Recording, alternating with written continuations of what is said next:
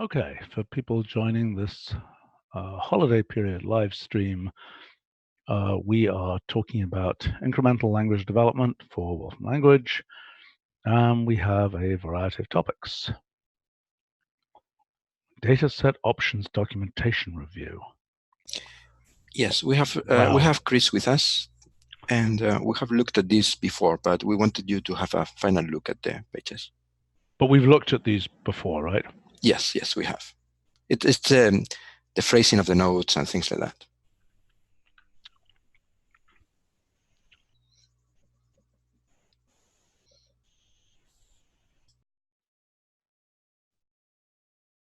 My God, this is a mega page.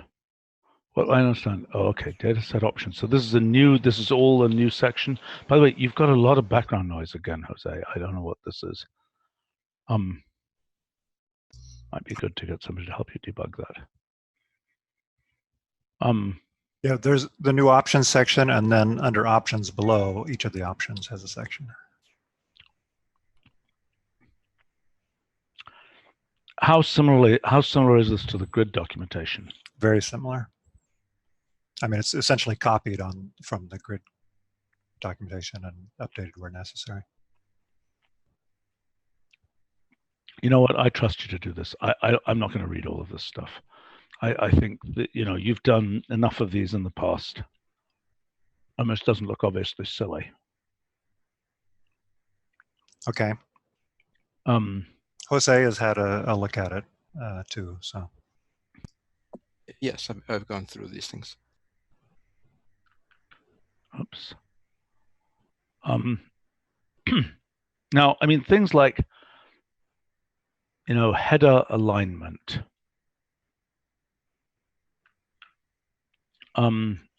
Obviously there are other places where we could be using that. Where else do we have header type stuff? Table view. It's the only one I can think of. And how much of all of this stuff that we put into dataset should we essentially port to table view? Well, I mean, table view is intended to be a lightweight control-like thing. We don't want to load it down. Not a control. It was a version 1 formatting function. Version 1? I think so. Let's take a look. I'm pretty sure it was. Table form. Table form, yeah.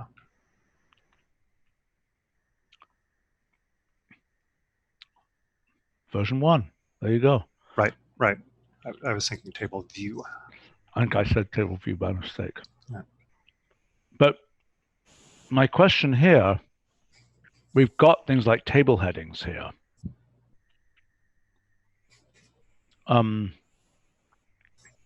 Right, which is specifying the headings. And I just wonder whether we should kind of update table form after 30 years to use, to be essentially a print form that applies dataset-like capabilities. I mean, table form is a pure print form. Right. I think that's worth looking at. I'm basically using, I mean, thank goodness we defensively named the options here.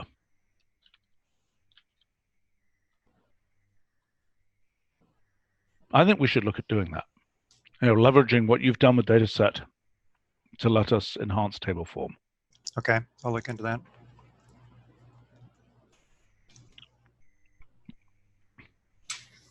What is hidden items? That's the programmatic way of specifying what you can hide interactively. Did we approve that name? I believe so. I think. Why is it like a buried treasure type story or something? We did have a different name, and you changed it to hidden items. That's a hidden item. Right. By the way, the seashore sound Well, very, I really think this is debuggable, Jose. But I'm muted now. Well, now there's no seashore sound. I was muted too. Well, No, I'm not. I think Jose is at the seashore in this. There's a definite cause to this. Maybe anyway, okay.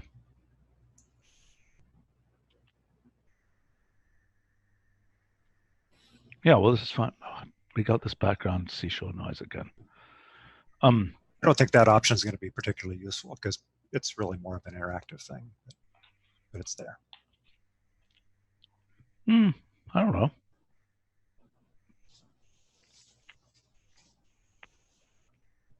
Okay, this background noise is just driving me nuts. So I'm not hearing any background noise. Yeah, Chris, for I what think it's it's worth, you. I'm not hearing either. I'm hearing I'm not type hearing noise. it either. Well, I'm not hearing it now. So I'm going to mute and tell me if it goes away. There's no such background noise right now. Now I unmuted. And it's back. Well, I'm in a very quiet environment. I understand that. It's something yeah. to do with microphone gain, and I don't understand what it is.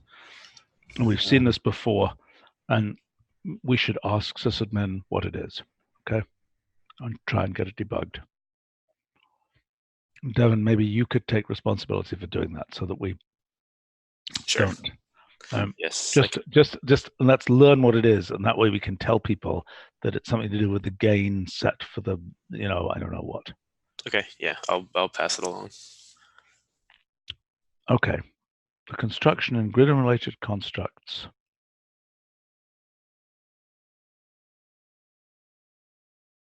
Where is that used? And for example, like item style, I think, or all right. I think alignment. That data set is such a cool function that it should probably come first in that list. It could say data set, grid, and related constructs. I think that makes sense. Okay. Okay.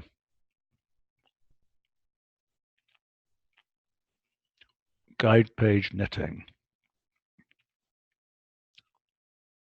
Replace curry in functional programming, curried operator forms near the end. Okay, so these new functions, did we knit them at all? I think Jose got booted from the. I'm he's back. back. Okay, great. Yeah. I don't believe I'm needed for the rest of this meeting. Is that right? That is correct. Okay. All good. Thanks a See lot, ya. Chris. Bye. Thank you, Chris. Is my sound better now? It is. Okay, great. I just rebooted the computer. Oh God. Yeah, it's a heavy-handed solution, but right. Okay, so yes, so this is a bit of knitting we wanted to do. We have the new applied functions in some pages, but we wanted to see whether to have it in more places. Remind me what all those functions are. Where's the page where we have them? We probably have a functional programming page, right? Yes. And we added them to the operators page, not in this one yet. Not at all in this one. I think we had carry at the end, and we have to replace it by one of the new operators, or perhaps both, carry applied and operator applied. Okay, so where do we?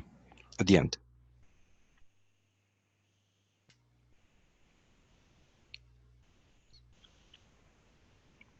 Okay, so this is the page where we put these functions into it. Yes. And we've got the seashell shore back again. Okay, so it's operator applied, array applied, reverse applied.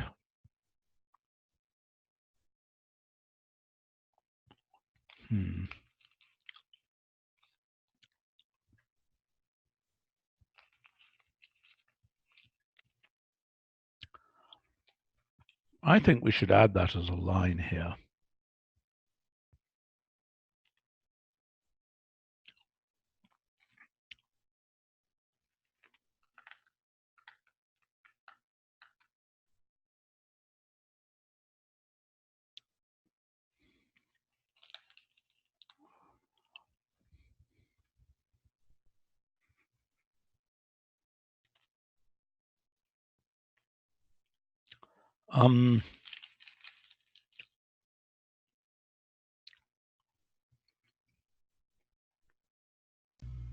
How should we say this? Make a function into an operator applied form. It's really weird.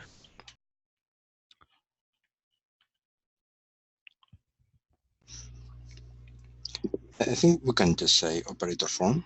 We use the terminology of operator form in many places.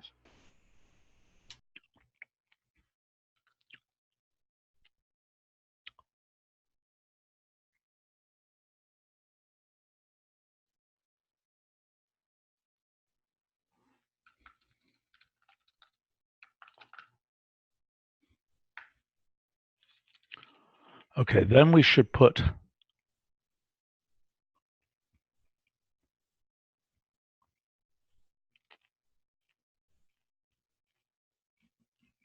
all right, you think we want to just turn this list? Should we just put reverse applied? And all right, let's say reverse applied, curry applied, and then the others. I think that's reasonable. I don't think we need the reverse applies there. Actually, reverse applied is not an operator form. Well, sorry, let me see.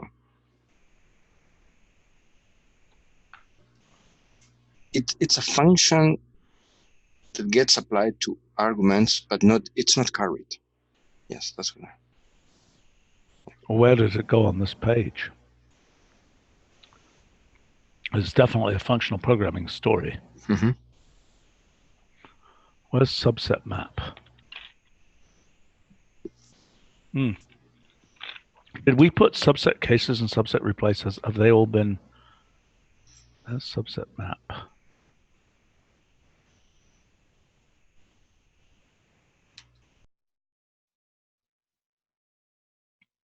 Should it be under functional composition?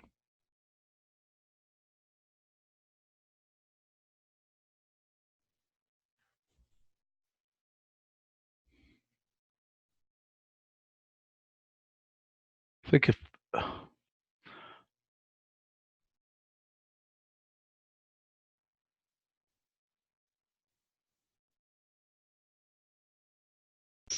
Yeah. by the way, where are star at and all those kind? Oh, here we go. And why is right composition not here?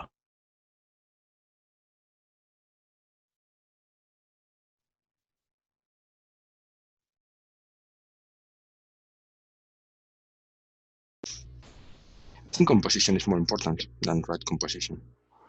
So Yeah. we have ellipses there. All right, maybe we could put after composition, we could put reverse applied before operate. I don't know why distribute is even relevant here. Do you understand that? No, I don't.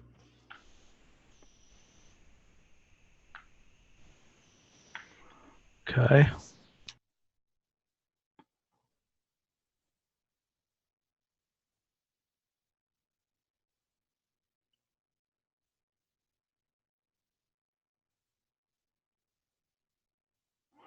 Okay, let's go back then. Let's see, it's just these three functions we're dealing with, right? Yes. And I assume that reverse applied got linked to reverse.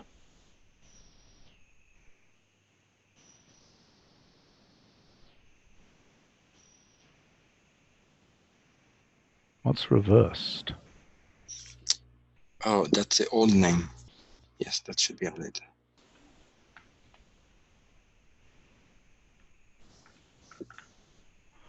We better do a search for that.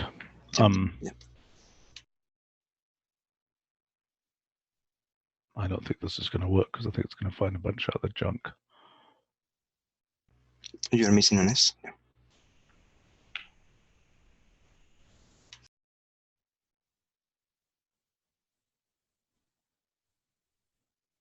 Well, okay.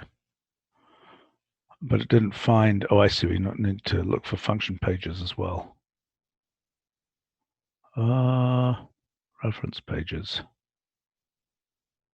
121 results, so it's too many. We have to do something else. Yeah, I'll look into it.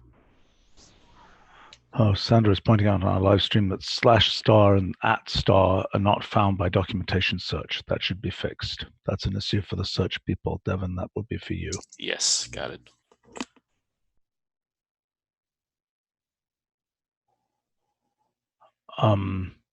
Wow, that's an interesting question. Why can dataset be exported as a CSV but not an XLS file? I'm very surprised by that claim, but that should be looked into. That's a question, I suppose, for Chris. Yeah, we'll look into that. Okay, is there anything else that needs to be, I assume that construct, I mean, this seems like the right page for these functions to be on, like operator applied and so on. Is there anything, there's no like mathy page that the stuff should go on? Operator No, I don't think so. I think these two pages are enough. Okay. So then we need to place the subset maps, subset functions. Okay. And there are suggestions there in the agenda.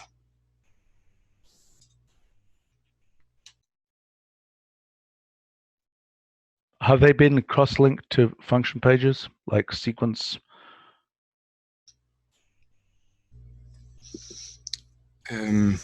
Well, these are the old ones. So we're talking about Tony's functions, which are... No, I understand that. I understand that. I had forgotten sequence fold. What does sequence fold do again? It's able to take more arguments than just two.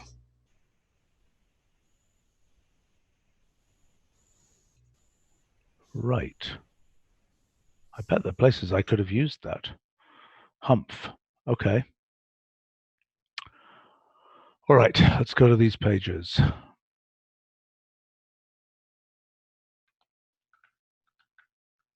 By the way, I've asked this about 8 times, but how we get the search to not go to this, Devin, maybe you could ask that again, please.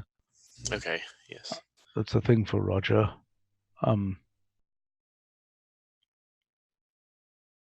Okay, let's open these various things up. Okay, so go to that page.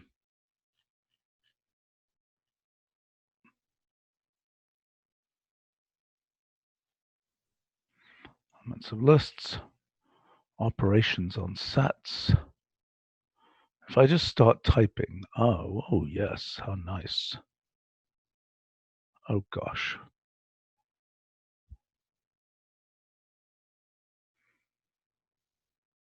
Sequence alignment and comparison.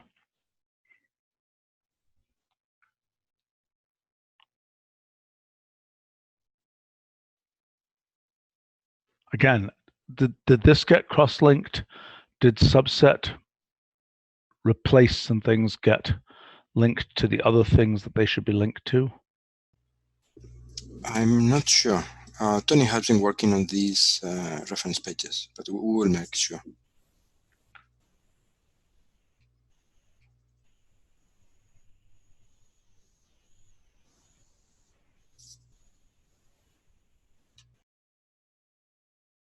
But probably not backlinked. Okay, so can you take care of that? Yep. Okay. All right, constructing lists.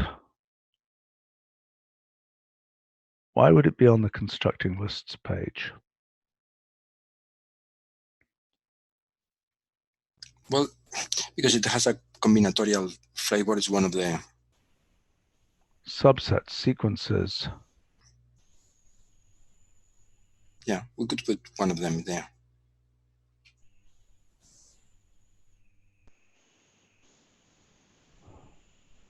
I mean, arguably, there should be a page specifically about sublist operations. Operations on sublists. Right. Yeah, we have quite a number now, and quite a few.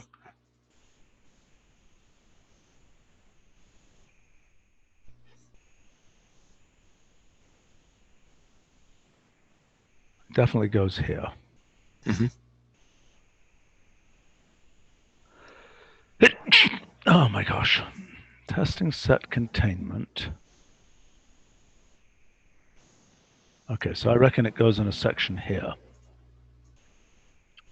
And it would be entitled something like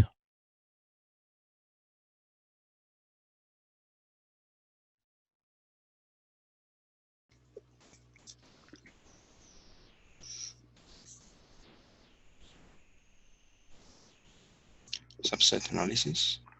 operations on subsets. Mm-hmm. Yep.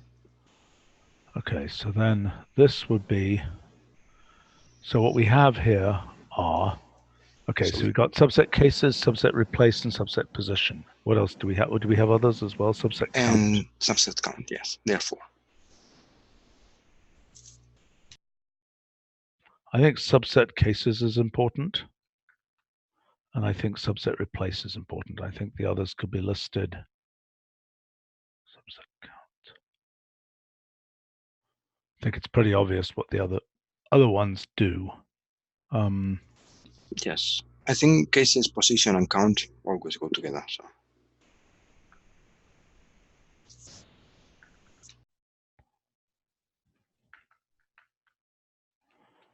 I think subset replace is worth separately calling out. Yeah, I agree.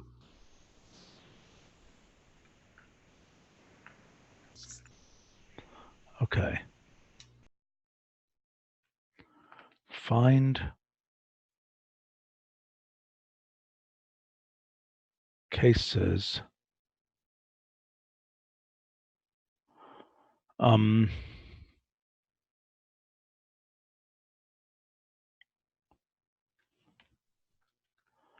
Subsets of elements. Well, subsets of elements.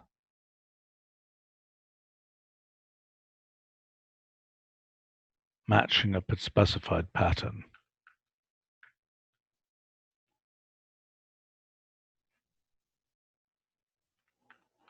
Replace subsets of elements.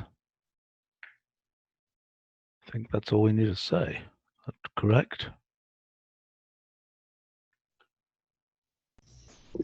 Yeah.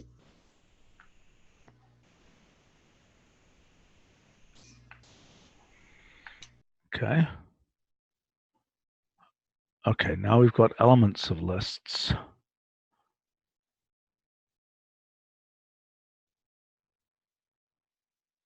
Do you think we should put subset map on this line as well? Or do you think that's totally irrelevant? It's kind of irrelevant. Kind of works in a different way. Never mind.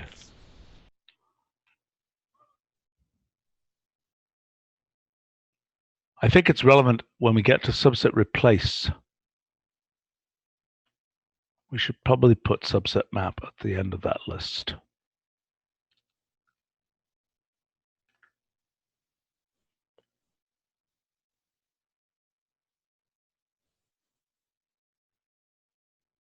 I think. Okay. So you also proposed elements of lists here.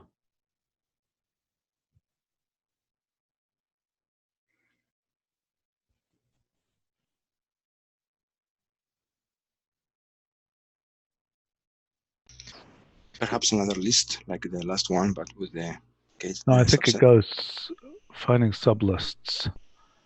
Yeah, so that's the 3 sublist finding functions. Mm-hmm. Perhaps we could have another list. indicating that it's Finding subsets.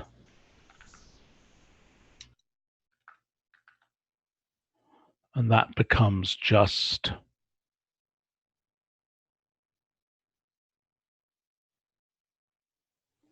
subset position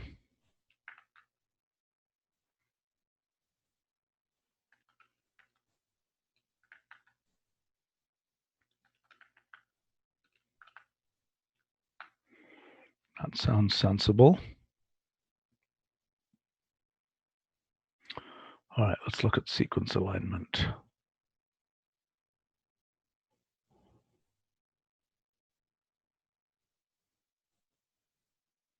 I think it's much less relevant here. I think it's kind of irrelevant, to be honest, here.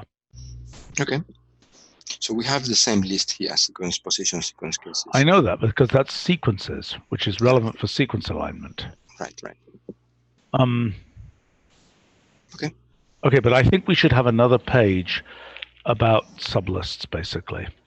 Operations on sublists. If you can try and collect some things for that, let's try and write it. Okay.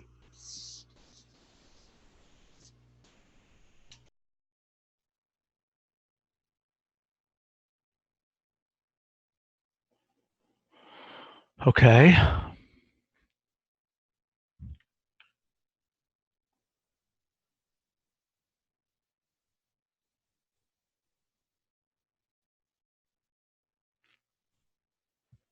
So don't forget, infinite past and infinite future probably should be linked from infinity and so on. Right. Yeah, the backlinks aren't finished on all of those yet. I wasn't sure since they were marked as experimental, but if you want them backlinked, I can do that. They should be backlinked. Okay. Yeah, even if it's experimental, it should be backlinked. Fair enough. Okay, where's date interval going on this page? Most of the objects are towards the top. We could have a separate section dealing with interval related things, but since it's most similar to date object and time object, I'd probably put it up there. Yeah, maybe we should put it here. Boy, this page is becoming complicated. We might want to break some pieces off here. Date interval. Yeah, we could always split it into, I was thinking we could split it into representations of dates and then operations on dates or something like that. Yes. Probably.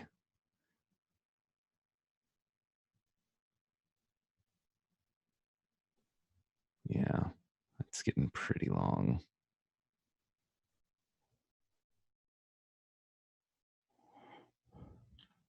Goes pretty off track. Okay, an object representing an interval of time.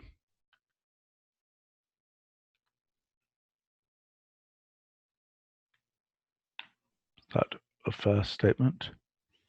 Yeah. Okay. Now here we probably need to infinite future, infinite past, infinite future, right?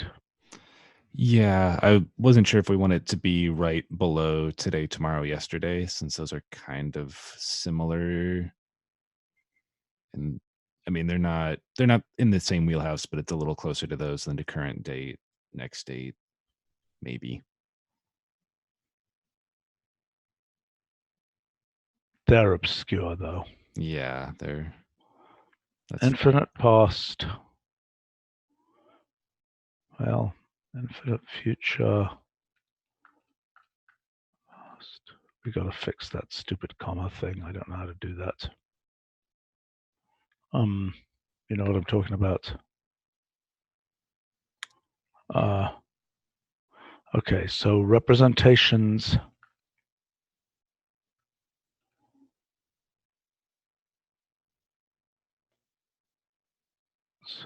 Used for unbounded time intervals.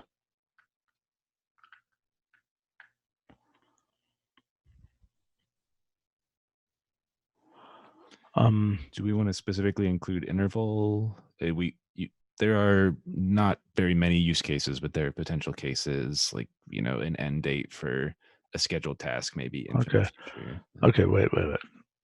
Representations of unbounded. Representations for unbounded times or something? Yeah, that makes sense to me. I don't know, Jose, if you have a strong opinion here. It's fine. Time or time specification. Yeah. Okay. All right, so now, where does min date and max date go? So Presumably date, goes in here. yeah, it's most closely related to date bounds, which is in the middle. This page needs to get broken up. Yeah. Yeah, I'll work on an outline for that for after 12.1. Fine. Earliest, comma, latest times in a date interval. Is that right? Yeah, I mean, the line above we say first and last dates, but earliest and latest also is synonymous there. We may just want to keep the language the same either way. You know what? Let's just put these as a line listing. They don't need to be. Yeah. It's pretty obvious what they are.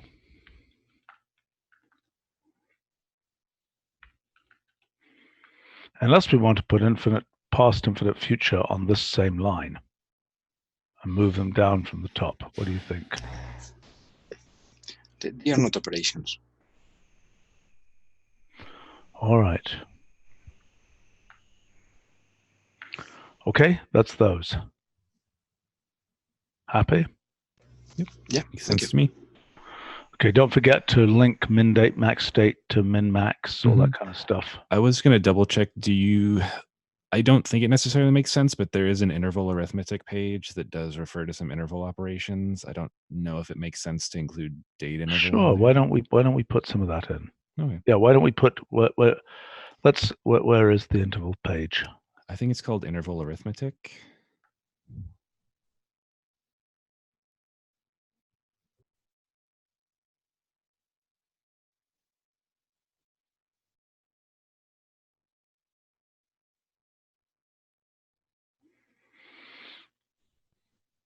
Pretty sparse at the moment.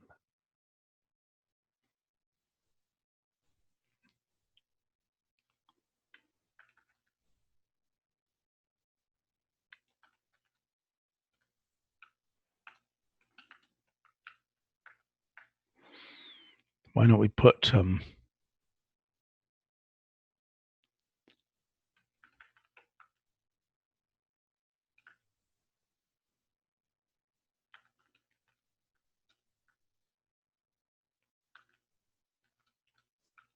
by the way, why on earth are min max not on here? They work for interval, don't they? Yeah, they do. And also, we should point interval. If it isn't already pointed at around, we should point it at around. That's crazy. Yeah, I know it's mentioned on the guide page for numbers with crazy. uncertainty, but yeah, it should. I'm going to be cross-linking to interval anyway, so I can add that in if you're not already. Yeah.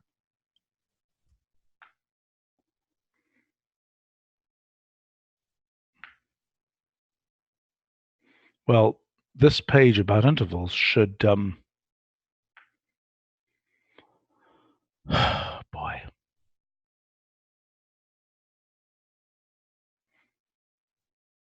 This is a very old and crufty guide page.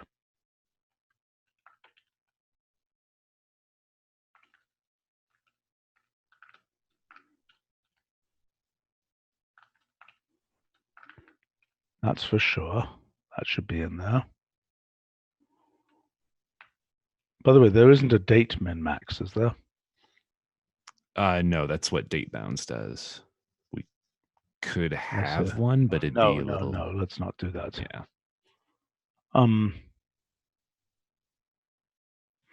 Okay, so here.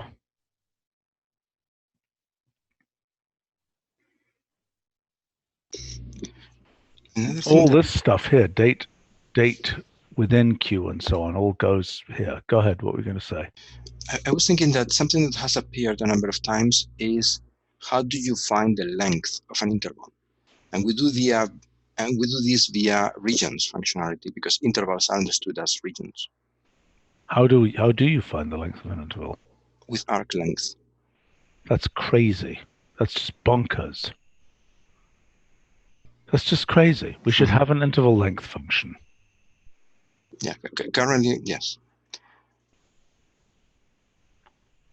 So on this page, we should also have the stuff about regions then. If this is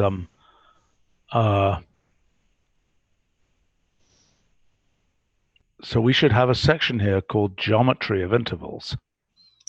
Right.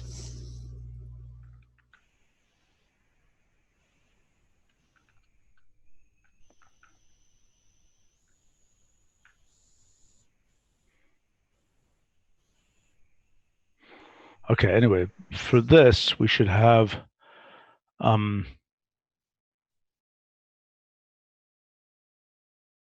by the way, shouldn't we have infinity on this page for intervals? Because you can have that inside an interval, right?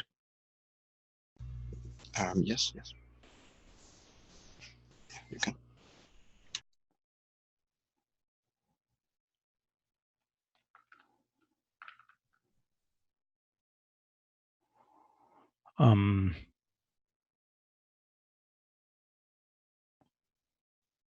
How do we want to describe that?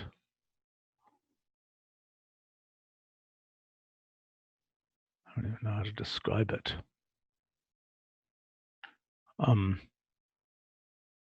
Okay, so here, date with NQ is certainly in that story.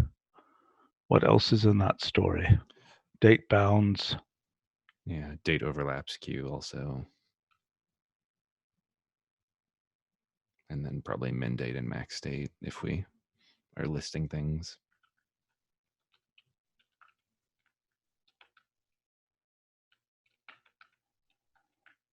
Anything else? Duration we can have on there. Duration works on date intervals. I don't know if that, I mean, that's again tied up with wanting to have interval length also, but if we Does want this does this have? It doesn't specifically list it. I was going to add it when I add the backlinks in. Oh, but let's put it on this line here. Okay.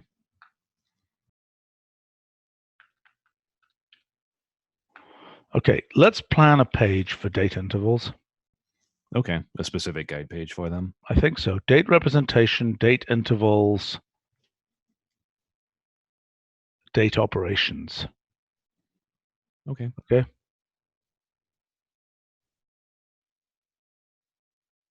Okay, now the geometry story. What can we do there? Turn an interval into a geometric region.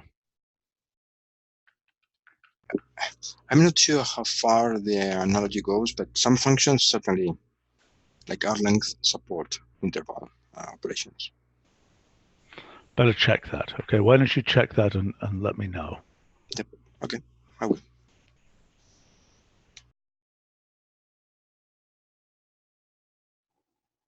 Oh, that's terrible. Sandra is saying he uses interval length as first at star differences at star min max to get the length of a duration. Ah, sigh.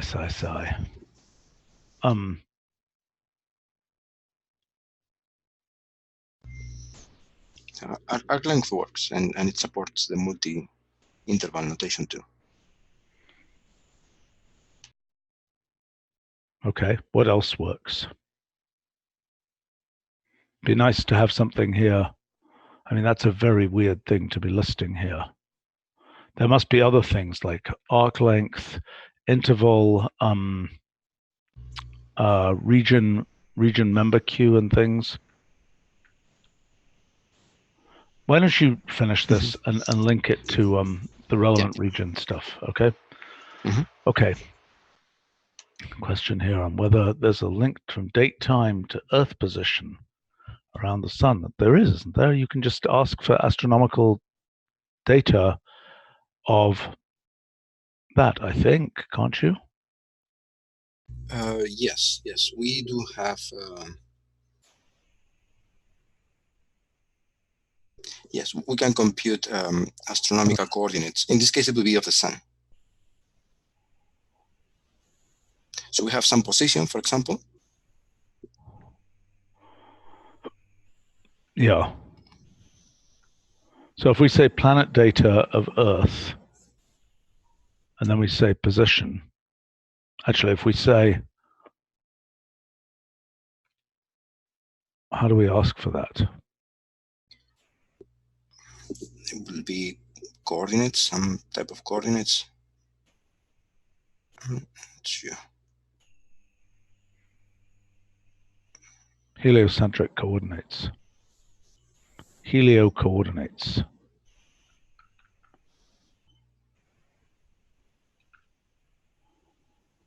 There you go. Cool. Where's the origin? Where's the angular origin of those? I guess this is measured from the solar system barycenter and oriented with the ecliptic. There's another degree of freedom. First point of Aries or something. It's probably Exactly. Yeah, it will be the vernal equinox. So the intersection between the ecliptic and the equatorial plane of the Earth is a typical origin. Arguably, given that Earth and the Sun are so important, there might be a better way to get this than having to ask that. But the answer to your question from the live stream is that's how to get it. Okay. All right. Should we go on? Right. We're through that section. Okay. Let's go to echo timing. Yes. So we have these. Ian implemented this in the X kernel. If you want to use it. Yes. Hold on. What is it? So it gives you a timing. It echoes the timing of a particular thing. Exactly. And then returns the thing. You know, I'd love to be able to get code and basically color code it by how much time was spent in that piece of code. I see. So that's profiling. Yes. Mm-hmm. Let me just push the update to CBS. Okay, I'm pushing that update. Okay, xkernel, here we come.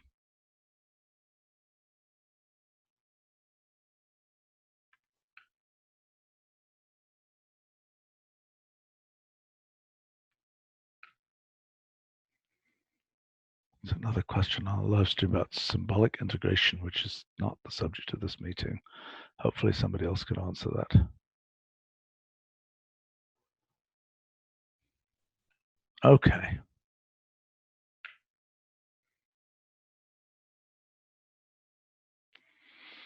All right, so echo timing.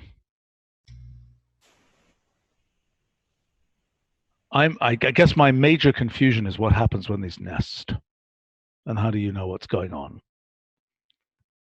So if I go here and I say pause 0.5 semicolon echo timing of that.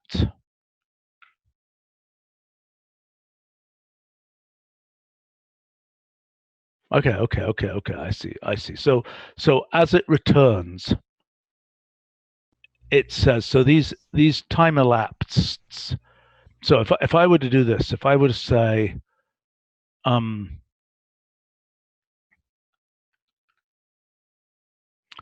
well, so let me,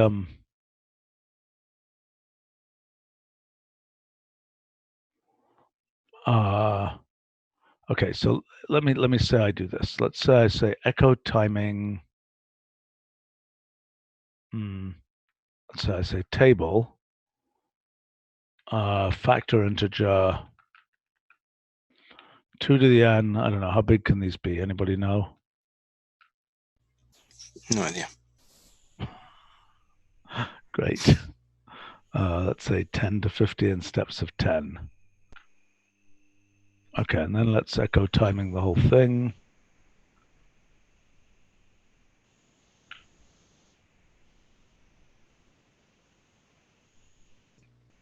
Okay. We're not giving units here. No, following the other timing. absolute timing, repeated timing. Somebody is asking us a little challenge here, which is how would you work out the position of Halley's Comet? And let's see whether we can do that.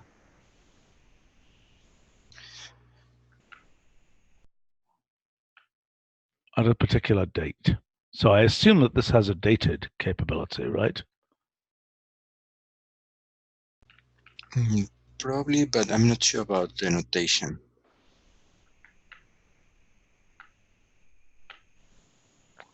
That should be made to work. There may be another way to do this here, but that should definitely be made to work. Yep.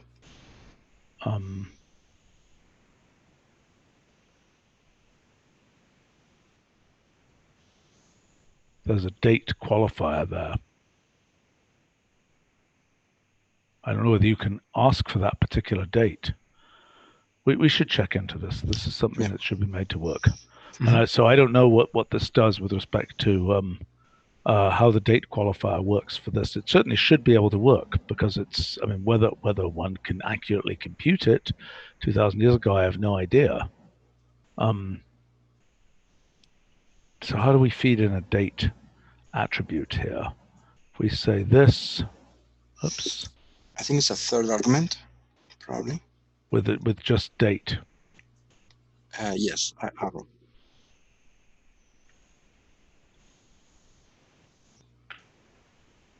That's not promising. All right, I have to find that out. Okay. We should make that work, and we should make it work with dated. Yes. I'll ask Jeff. Okay.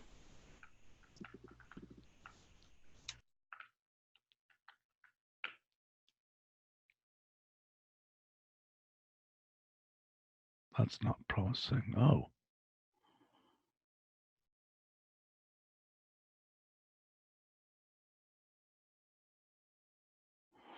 Well, that's interesting. Okay, so that is saying those are property modifiers on yeah, that's doing the right thing there. Okay, let's ask this. We have to ask this position. Oops.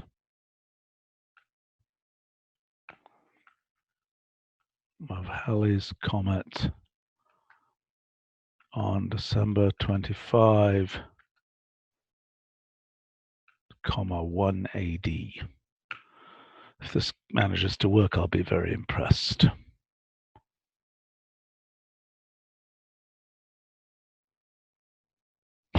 Okay, well, it got the dates correct. Why it has the right ascension declination? I guess that's what you want. I guess you want the right ascension declination. Yes, that's another way of expressing. Yeah, I mean, because that's the position. That's with respect to the equatorial plane. Right. Of the Earth. So how do I get this in? Why is that not a computable? Oh, I see. That's a data set. So if we say normal of that, so how do we represent those? If we wanted to know,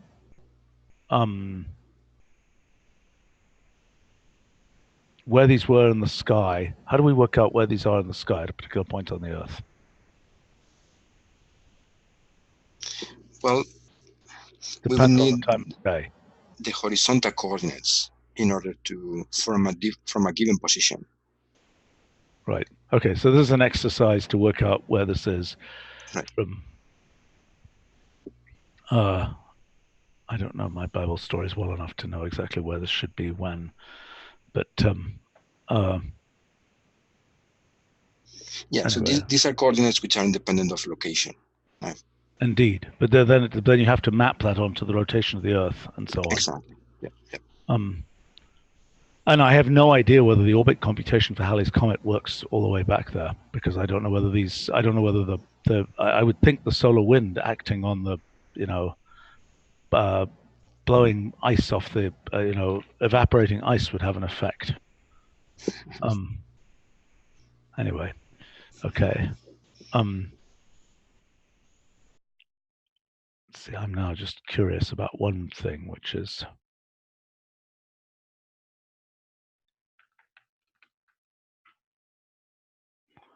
see whether we can compute that distance from Earth, 32 astronomical units.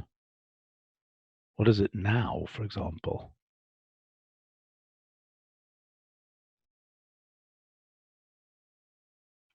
Is it like hundreds of astronomical units now? Well, something is unconvincing there. I don't know. I don't know It's the the wrong answer. comet. What's that? I don't know the answer, but this doesn't sound obviously wrong. No, I understand. I have no idea what the whole story is. Okay, let's go back to our topic here. Yeah, so there are some questions here on the left in the agenda. So the first one is that even though it says timing, this is actually absolute timing. So this sounds like a good idea, but the repeated timing is really going to make a mess of a lot of operations. yes, it will slow it down, and yes. Okay, but my biggest concern is, how do you know what you're timing? This is a hold first function that gets around. No, I understand that when it echoes, normally in echo you have the ability to give. If I say echo,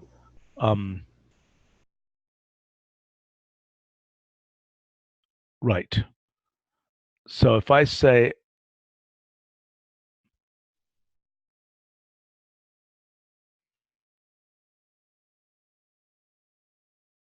how do I give? So do you want to have a label or the expression that was timed? No, I want to have a label. But in echo, the way I give a label is I literally say echo X label. Right. Right. And the problem with that is that the very beautiful just insert echo at, which is what you typically want to do, this type of thing. Right.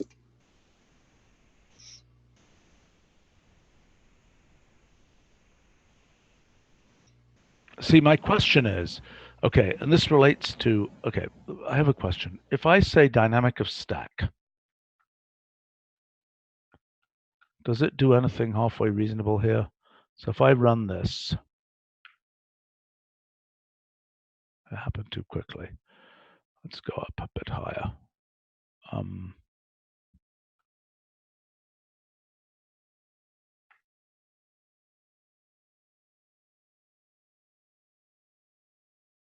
No, that doesn't respond. That dynamic doesn't respond there, possibly because it's looking at the wrong kernel.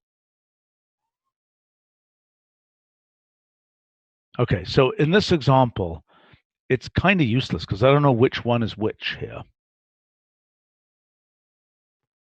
I mean, in echo, see, the problem is with echo timing, you're not echoing the expression that got generated, you're just echoing the timing.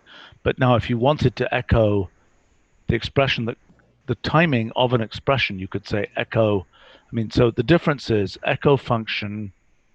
So this is equivalent to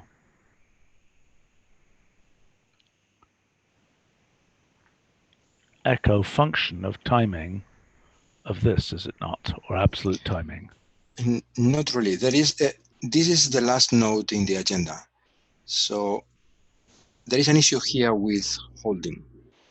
And so echo is not a hold function, but we can feed unevaluated expressions. So timing will receive the already evaluated expression. So it's too late in echo function. I see. That's why we have to have an echo timing. Yes. Well, we could do it as it's written on the left with echo unevaluated of expression. The problem there is that the expression gets evaluated twice. And that's the thing we want to avoid. Well, that's disastrous. Yeah. Okay.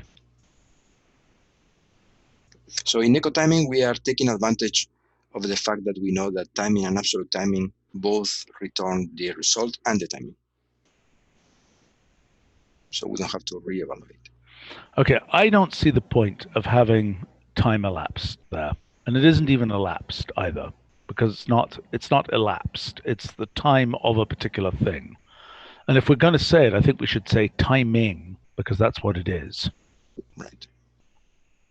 But I would argue that we should just have a different icon, maybe a little clock thingy, maybe a little clock before the greater than. Mm-hmm. Or we could have a label argument and then just a different color, or with an icon, as you say. I would like to try an icon. Mm-hmm. I mean, either a clock before the greater than, or a single greater than, and a clock there, or something like that. Okay. We could replace the greater by the clock. It's possible too. Have the same color scheme, yeah. But then, although I kind of like the fact. Okay, so one frustrating thing is that the only way to collect things that have been echoed is to copy paste them, basically. But I think by the time we're having echo collectors and quiet echo,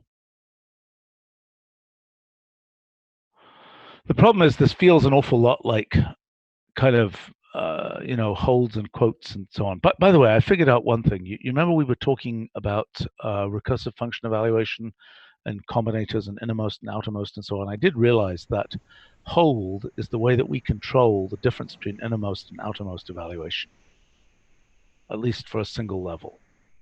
Okay, anyway, it's off topic. Mm-hmm. Off topic.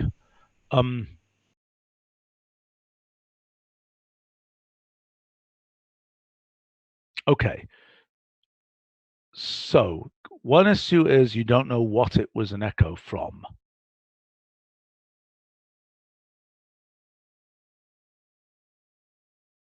Right. I mean, for example, with echo timing, you're not giving any echo result, so to speak. So there's a certain argument that what you should do is there a page for echo timing? Not yet. Okay. There's a certain argument that what you should be able to do. Okay, so the most obvious thing is just echo timing of XBAR. Okay, and the question is, what else do you get beyond that? And I would say that there's an argument that you could say,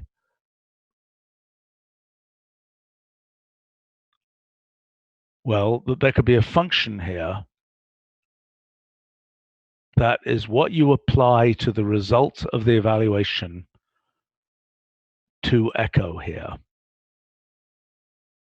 See what I'm saying? And then the default would be somehow none, which would basically produce no echo of the result of the evaluation. And then a third argument would be,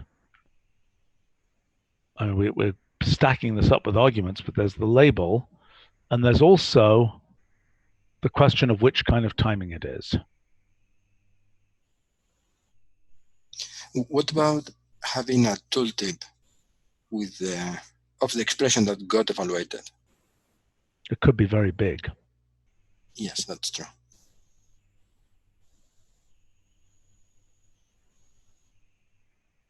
I think it'd be nice to have a function that you can run. Well, okay, so the automatic case.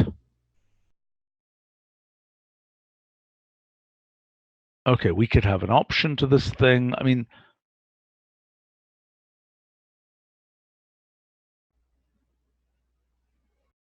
how would you do this? The basic point is you can't do this with echo itself because of the double evaluation issue, right? You can't do it with echo function. Right. With echo function, I mean, echo supports unevaluated expressions, and that it can be done, but it evaluates twice. Yeah, well, that's echo not good. function could be made to support that too, but it would suffer from the same problem. Yeah, I don't think that's a good idea. Okay, so the issue is the other issue that we have is it absolute timing versus CPU time? Mm-hmm. And I have to say, I would imagine that there could be other variants of that. Like, for example, when there are parallel subkernels, what is it? I mean, the question of what timing really measures is a complicated question that we should return to. Does it measure multiple threads? If it's running on multiple threads, how does that work? See what I'm saying? Yep. Mm-hmm. So I personally think that we should probably return to the function timing and think about giving it second arguments that specify different kinds of timing, like thread totals, etc. So But those are possibilities that already exist in timing itself. oh, I know that. I'm simply saying that right now, as we design echo timing, it's just going to call absolute timing, and it's not going to make any commentary about that. But in the future, I'm saying that timing should allow many variants of different timing with respect to multiple threads and so on. Mm-hmm.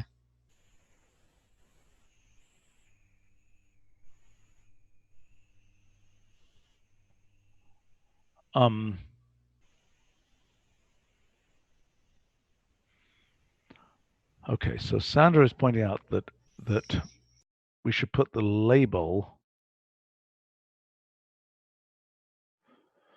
Well, I mean,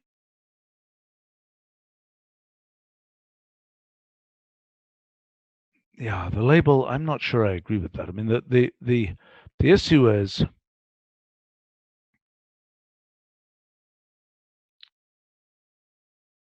this is not what it prints. This is what it prints is the time. Where would we put it here? You know, will we put it as part of the label? What was evaluated? Where would we put that? We put it in parentheses after the number. Where would we put it? What are you trying to put? Whatever it is that we say is whatever thing is the return from this function, that is the thing that annotates the elapsed the timing. Do you get what I'm saying? The thing that in the default case there'd be nothing there, but in the non-default case it might be But I don't see why we need the result. In any case, it will be the input. The result is just the result of the echo timing. No. The result of the echo timing is a time. No. The result of echo timing is the evaluation of expression. Exactly. It just No, echoes. I understand. I understand that point. Okay, so your point is, your claim would be, if you really want the behavior that I'm describing, then just do this.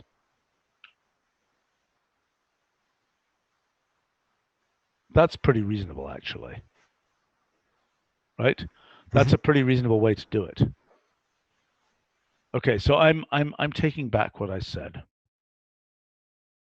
I mean, we would obviously document that case. That looks really nice, actually. Yeah, I like that. Okay, so that means there's no reason to put any of that junk in the timing, because you can always label the thing by whatever comes after it. And it will be exactly after it if you echo the echo timing. Right. Still, the idea of having an arbitrary label rather than always time elapsed, I think it's... Oh, no, we don't want that. We don't want... Look, we want just a little clock symbol here. Now, I mean, if I do it the other way around...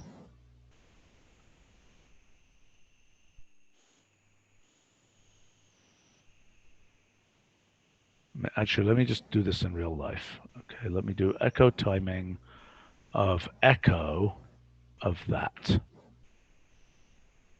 Yeah, that's really pretty nice. Go either way around. Well, this will be extending a little bit the timing, but not much. Why? Because echo takes some time. Oh, that. I'm not worried about that. Yeah.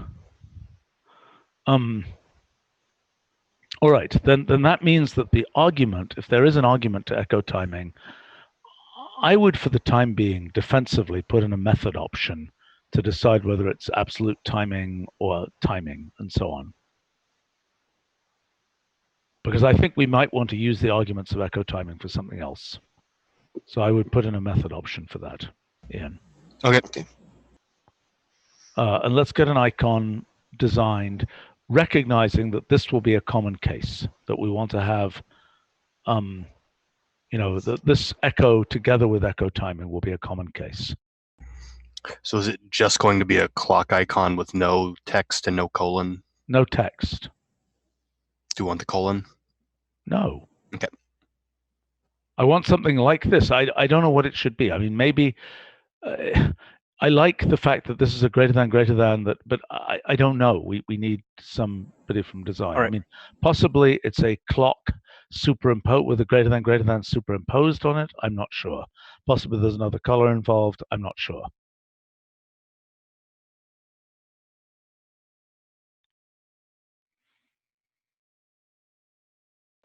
This is arguably crazy. Is it crazy or is it not crazy? I must admit I used the equivalent block echo quite a lot because sometimes I have many echoes and I don't want to have them. Yeah. But perhaps what we need to do is to Well, the other possibility is to extend quiet to deal with echo. Why does quiet not switch off echo? because it's not a message. This doesn't work through the message framework.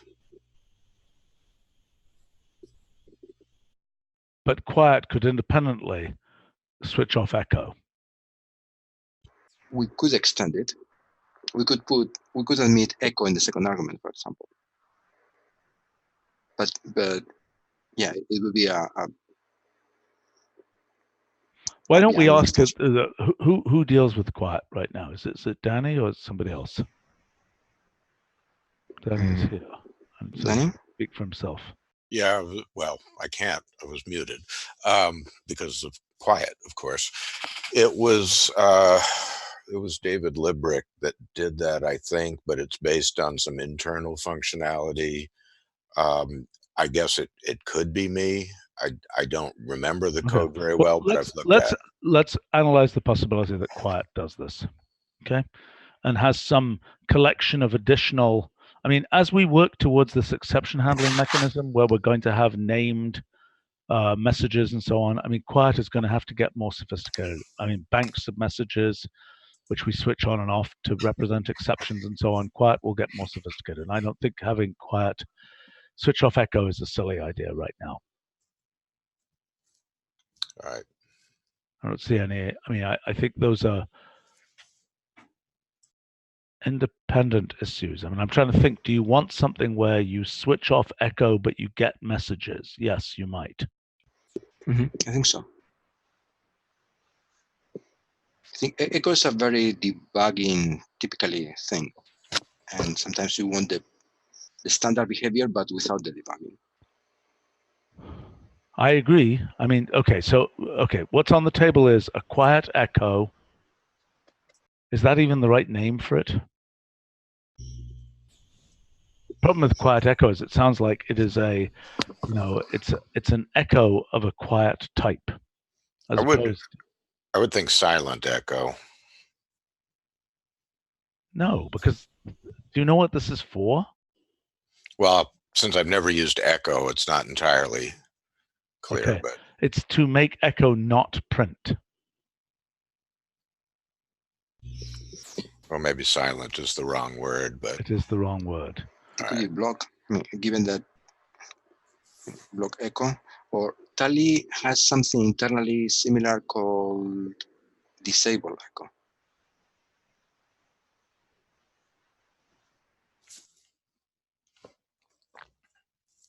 Honestly, block echo doesn't sound, I mean, that's very similar to a lot of our other blocking functions.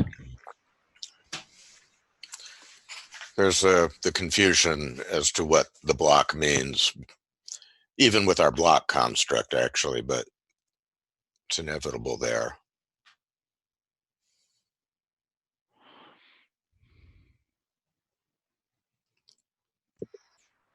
Yeah, I mean, it sounds like block random.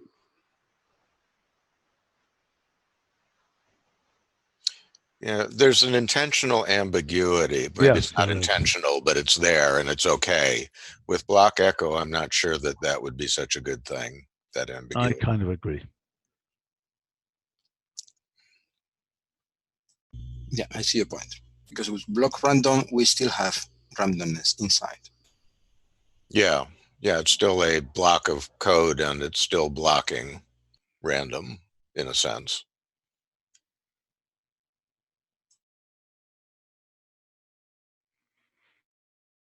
Well, at least we could have a function repository function for doing this,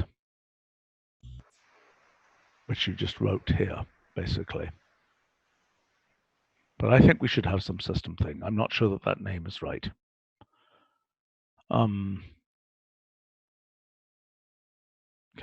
we're going to have to wrap up here, but I just want to point out this is one of many stupid, annoying things that come out of number form. Another stupid, annoying thing is, you know, when you have a big collection of numbers, it's 4.5, 5.0, you can't get the thing to not print the point after the 5 point. So if you want label a plot with 4.5, 5, 5.5, 6, how do you do that without those points?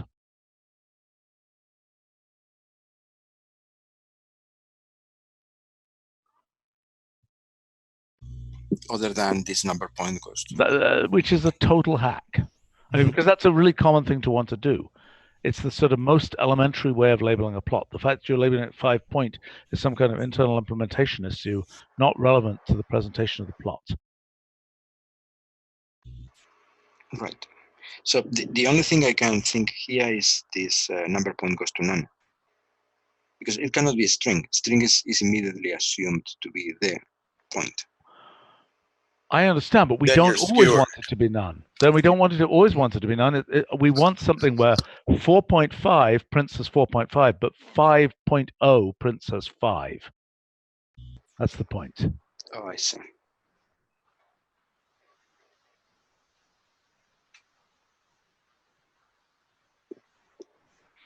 I mean, and you know, we want something where, I don't know whether number form does this. I mean, if I say number form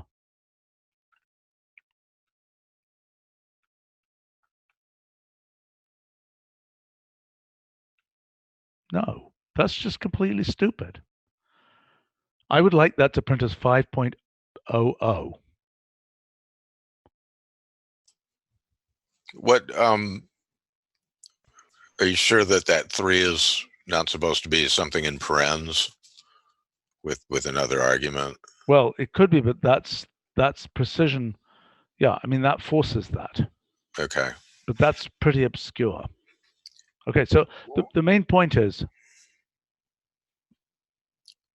I don't think we can change the default behavior of the single number second argument. no, we can't. But so we'll need some new function that does this, because we need a way to do this. Because I need this every time I make a plot that has 4.5 and 5 on it. I don't want 5 point on there. So I don't know what the name of the, could we inventory why this is happening, right? So, I mean, the thing is to get consistent things, 4.5, 5.0, 4.5, 5 with no point anything, etc. Makes sense? Arguably makes sense, but I don't think that lives in any of the functions we have. That is correct. It probably doesn't. It's probably a new function. Well, it's well hidden in decimal form, maybe. Yes, I understand, but it probably is a new. No, I'm sorry, not decimal form, percent form. Oh, that's ridiculous. Right. That's ridiculous. Look, it is. What's ridiculous about it? No. It's a thing you want whenever you make a plot that has those kinds of numbers in it, right? It should be the default, basically, for tick labeling for numbers. And it's completely stupid and annoying that it isn't. Tick label form. No, it's not just that. Can we figure out what the semantics of the thing should be, and then we'll work out its name. Okay, what I'm saying. Ignore. Wait a second. What it is don't put the decimal point when you don't need it. I know. And because you insisted on that in percent form, we have the semantics in there. But I don't think they're exposed in any other of these formatting functions. Perhaps we need a number point goes to automatic. Yeah, that's not a bad idea. Yeah, that's a possibility.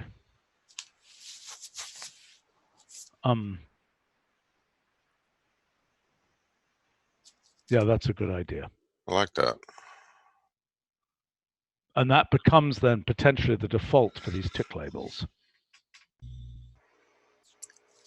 Yeah, that would be something to discuss with Brett. Yeah, but why don't you look into number point goes to automatic? I think that's a very good idea. Okay, this is a possible clock icon. Yeah. Something like that, I agree. That one is a little bit light. And apparently there's a Unicode character. How do we type in?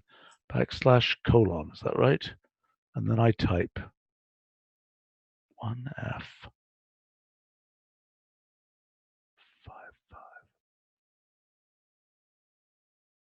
55.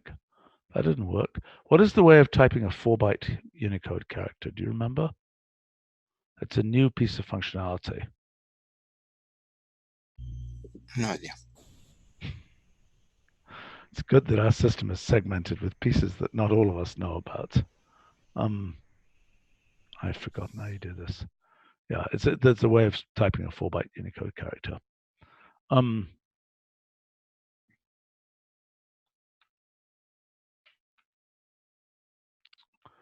Okay, by the way, for folks on this live stream, a reminder that we have our, let's see how this even works, by the way. I don't think this will work.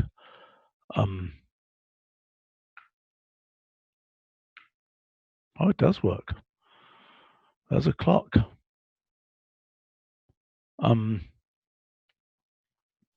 Okay, reminder that we have our part 2 of our suggestions and priorities in about 30 minutes. All right. Hey, I really like this number point goes to automatic. This is really good.